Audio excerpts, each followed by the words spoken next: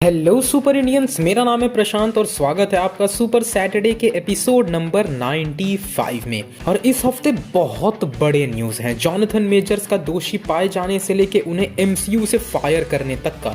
तो आज का सुपर सैटरडे दिलचस्प होगा गाइस, तो एंड तक बने रहना। तो बिना किसी देरी के मार्वल के अपडेट से शुरू करते हैं भाई। तो पहली अपडेट है कि जॉनथन मेजर्स को दोषी ठहरा दिया गया है उनके काफ़ी लंबे चले केस में। ये केस जो है वो मार्च से शुरू हुई थी और अब जाके इस पे फैसला आया है, और ये फैसला भी 3 दिन तक लगातार सुनवाई चलने के बाद आया है। फैसले में जॉनथन मेजर्स को दोषी ठहराया गया है हैरेसमेंट और 3rd डिग्री असॉल्ट के चार्जेस में। और ये रिपोर्ट्स जो हैं वो हॉलीवुड रिपोर्टर के तरफ से आई हैं। अब इस रिपोर्ट में ये कहा जा रहा है कि सीसीटीवी में जॉनथन मेजर्स का एक वीडियो रिकॉर्ड हुआ था जहां पे वो अपनी गर्लफ्रेंड को ज़बरदस्ती बाय फोर्स उठा के अपने कार के पीछे फेंकते हुए नजर आ गए थे। तो इसी के बेसिस पे उन्हें दोषी ठहरा दिया गया है और उन्हें 1 साल जेल की सज़ा सुना दी गई है, जो कि फरवरी से शुरू होगी। यानी कि अगले साल फरवरी में जॉनथन मेजर्स जेल जाएंगे और 1 साल बाद ही जेल से बाहर आएंगे। तो ये पूरा का पूरा केस इस तरह से समअप हुआ है एंड में जाके। अब ये देती है मेरे दूसरे अपडेट को। तो जैसे ही जॉनथन मेजर्स को सज़ा सुनाया गया, डेडलाइन ने ये रिपोर्ट बताया कि डिज्नी ने फट से ऑफिशियली फायर कर दिया जॉनथन मेजर्स को एमसीयू में से। तो अब एमसीयू से जॉनथन मेजर्स ऑफिशियली बाहर हो चुके हैं और किसी भी तरह का रीकास्ट की कोई खबर अभी नहीं है, और ना ही इसकी कोई खबर है क्या यहाँ से एमसीयू के मल्टीवर्स सागा के कोर्स को चेंज किया जाएगा, कहानी चेंज की जाएगी, नया विलन लाया जाएगा या क्या होगा। इस पे अभी कोई खोज खबर नहीं है। बट एक पोटेंशियल रीज़न बन सकता है कि यहाँ से अब वो डॉक्टर डूम को ला सकते हैं एमसीयू में, क्योंकि अब हमें भैया मेगा विलन की ज़रूरत है। और अब देखा जाए तो लोकी सीज़न 2 के एंडिंग को जिस तरह से बनाया गया है वो बहुत ज़्यादा सेंस बनाता है कि वो इस चीज़ को लेके प्रिपेयर्ड थे एमसीयू में। डिज्नी जो है वो पहले से प्रिपेयर्ड बैठी थी कि शायद ये बंदा दोषी निकलता है या जो भी होता है, हमें अब स्टोरी को ऐसा बढ़ा देना है कि कैंग की गैर मौजूदगी भी उतना ज़्यादा असर ना करे। तो लेट्स सी कि अब मल्टीवर्स सागा का क्या होता है। वैसे जैसे ही जॉनथन मेजर्स फायर हुए वैसे ही तुरंत से कास्टिंग रूमर्स भी आ गए हैं, यानी रीकास्टिंग रूमर्स कि एमसीयू जो है उन्हें इस एक्टर को लेना चाहिए। और इस रीकास्टिंग रूमर में जो सबसे बड़ा नाम और जो सबसे ज़्यादा आ रहा है वो है जॉन बॉयगा का, जिन्हें आपने स्टार वॉर्स के सीक्वल ट्रायलॉजी में देखा होगा। बट इसमें एक छोटी सी प्रॉब्लम है। जॉन बॉयगा ने पब्लिकली खुद ये पहले कह रखे हैं कि उन्हें कैंग का रोल प्ले नहीं करना। तो अब एमसीयू के पास 2 रास्ते हैं, या तो भाई रिकास्ट कर लो या तो कोई नया विलन ले आओ कोर्स को चेंज करके। रिकास्ट करना ज़्यादा आसान फैसला है क्योंकि उसके बहुत सारे वेरिएंट्स हैं कैंग के, तो ये किसी भी यूनिवर्स का दिखा सकते हैं भाई जहाँ पे कैंग का चेहरा अलग हो। दूसरा रास्ता है कि भाई एक नया मेगा विलन लाना। अब देखा जाए तो वो इसे भी ऑप्ट कर सकते हैं। ये ज़्यादा टफ वाला कोर्स है कि इन्होंने कहानी ही चेंज कर दी, एक नया मेगा विलन ले आया। बट ये कारगर साबित हो सकता है क्योंकि कैंग भले ही मल्टीवर्स सागा का मेगा विलन था, बट ये अपने अपीयरेंस से ही उतना ज़्यादा इम्पैक्ट नहीं छोड़ा है, बिल्कुल नहीं। और करंट सिचुएशन तो ये है कि मल्टीवर्स सागा के मेगा विलन से ज़्यादा हाइप और ज़्यादा पसंदीदा तो लोकी बन रखा है। तो खैर लेट्स सी कि एमसीयू कौन सा रास्ता अपनाती है। वैसे गाइस तुम सबको क्या लगता है, क्या इन्हें रिकास्ट करना चाहिए या फिर एक नया विलन लाना चाहिए? अपने ओपिनियंस कमेंट में ज़रूर बताना। अगली अपडेट है कि वकांडा से रिलेटेड जो एनिमेटेड सीरीज अनाउंस हुई है आइज ऑफ वकांडा, उसे डायरेक्ट करने के लिए रायन कुगलर को लाया जा सकता है। वैसे अभी इस पे कोई ऑफिशियल स्टेटमेंट तो नहीं आया है, ये अभी के लिए र्यूमर है, बट हाँ रायन कुगलर को लाया जा सकता है क्योंकि उन्होंने वकांडा को काफ़ी अच्छे तरीके से एमसीयू में दिखाया है। और साथ ही ऐसा कहा भी जा रहा है कि हो सकता है कि सीक्रेट वॉर्स के लिए भी रायन कुगलर को लिया जाए, बट ऐसा हम तो बिल्कुल नहीं चाहेंगे। खैर आप लोग का क्या मानना है इसमें कमेंट्स में ज़रूर बताना। अगली अपडेट है कि इको सीरीज़ का डेट जो है वो चेंज कर दिया गया है, यानी 2024 में आने वाला MCU का सबसे पहला कंटेंट यानी इको सीरीज़, जिससे पहले 10 जनवरी को अनाउंस किया गया कि इको उस दिन रिलीज होगी, अब उसे 9 जनवरी में शिफ्ट कर दिया गया है और एक ही दिन सारे एपिसोड्स ड्रॉप कर दिए जाएंगे। और खैर इसकी अभी एक नई ट्रेलर भी आई है जहां पे हम फाइट देख सकते हैं, R-rated फाइट बेसिकली। तो तुम सब इको के लिए कितने एक्साइटेड हो गाइस, कमेंट्स में ज़रूर बताना।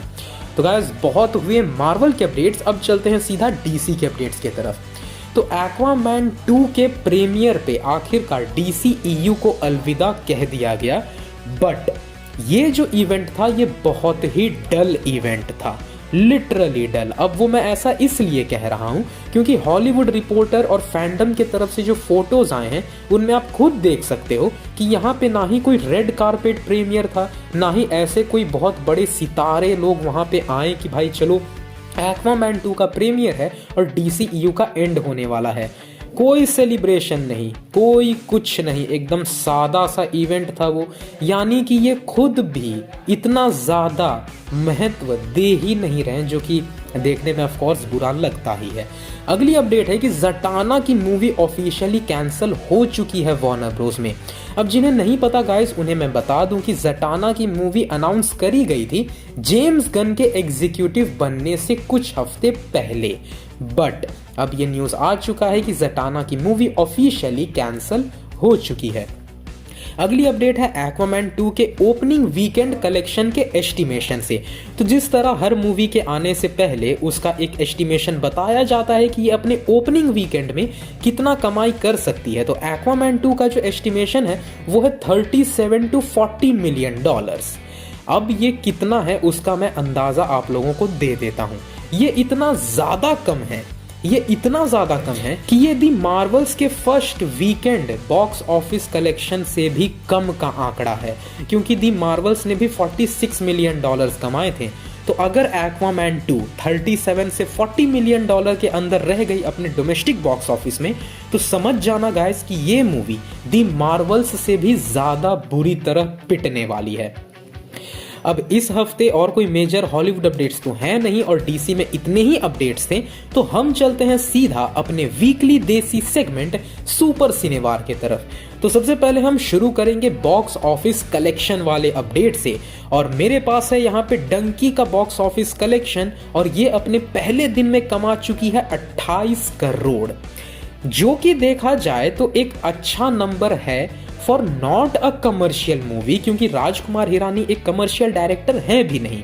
तो उनके जैसी मूवीज होती हैं उस हिसाब से ये नंबर्स तो अच्छे हैं, बट ये एकदम ऐसे out of the box blockbuster super hit वाले नंबर्स नहीं हैं।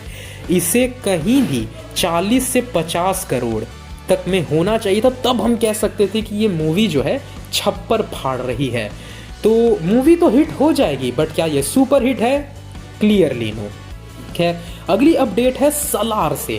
तो सलार पे तो मैंने पहले से रिव्यू वीडियो बना रखा है, काफ़ी डिटेल्ड रिव्यू वीडियो है गाइस, तो वो ज़रूर चेकआउट करना। खैर सलार से लेके ये अपडेट है कि उसके सेकेंड पार्ट का नाम जो है वो मूवी के एंड में अनाउंस कर दिया गया है, जो कि है शौर्यांग पर्वम। तो वही ये अपडेट है, और मैं एक्सपेक्ट कर रहा हूँ कि आप लोगों ने मूवी देख ली होगी, बट ये अपडेट है तो बताना पड़ेगा, और ये किसी तरह का स्पॉइलर नहीं है गाइस, सो इतना भड़कना। अगली अपडेट है कि सलार वर्सेस डंकी का लफड़ा हो चुका है इंडिया में, एक्चुअली में लफड़ा। तो देखो हुआ ये है कि सलार का बिजनेस बर्बाद करने के लिए डंकी ने 100% सिंगल स्क्रीन वाले थिएटर्स को डिमांड कर दिया है कि तुम मेरी मूवी चलाना। यानी डंकी का कहना है कि जितने भी सिंगल स्क्रीन थिएटर्स हैं, तुम सलार मूवी नहीं चलाओगे, तुम्हें मेरी ही मूवी चलानी पड़ेगी।